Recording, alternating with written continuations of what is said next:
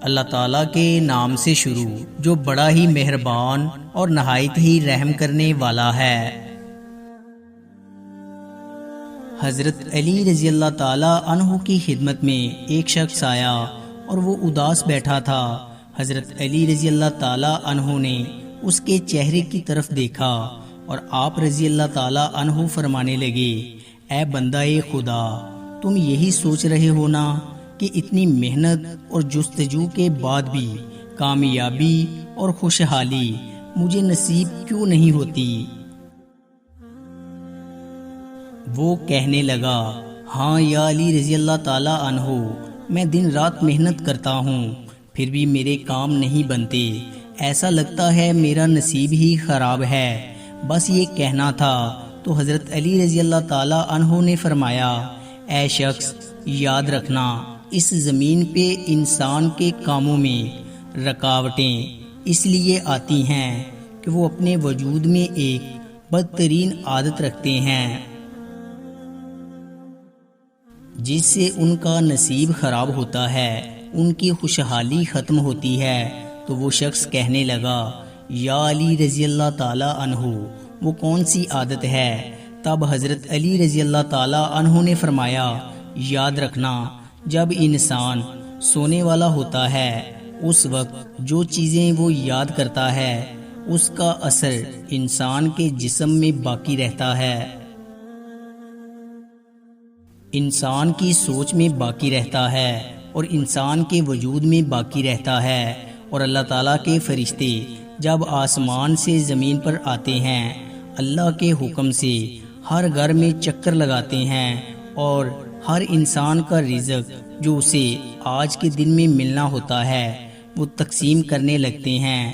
جو انسان کسی دوسرے انسان کے لیے برا سوچ کر سویا ہوتا ہے،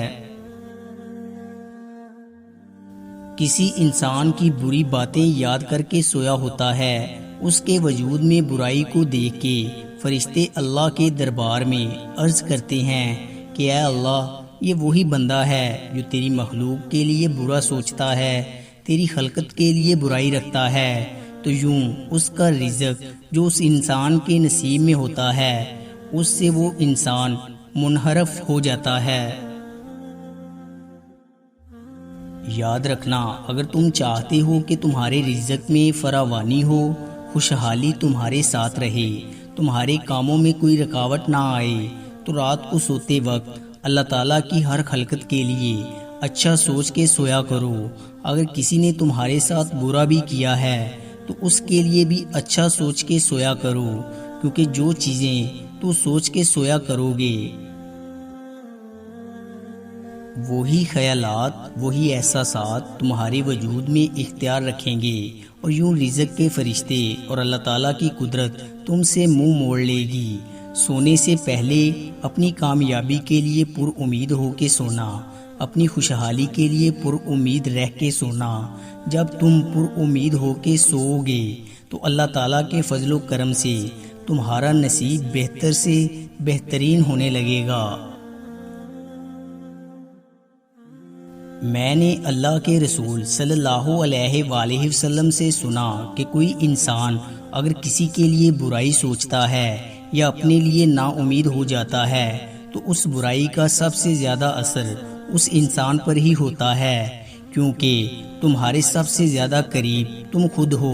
تمہاری اچھی سوچ تمہارے نصیب کو اچھا کرے گی، تمہاری بری سوچ تمہارے نصیب کو برا کرے گی۔ حضرت علی رضی اللہ تعالیٰ عنہ نے فرمایا، اگر خوش رہنا چاہتے ہو تو یہ دو کام کرو، کسی سے امید نہ رکھیں، کسی سے شکوہ نہ کریں۔ زندگی میں 3 کام بہت سوچ سمجھ کر کرنا۔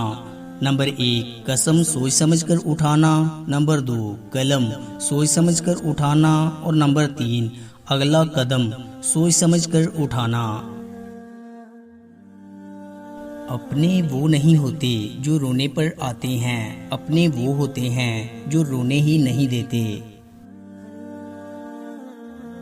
قبرستان ایسے نوجوانوں سے بھرے ہوئے ہیں جو بڑھاپے میں توبہ کرنے کے خواہش مند تھے۔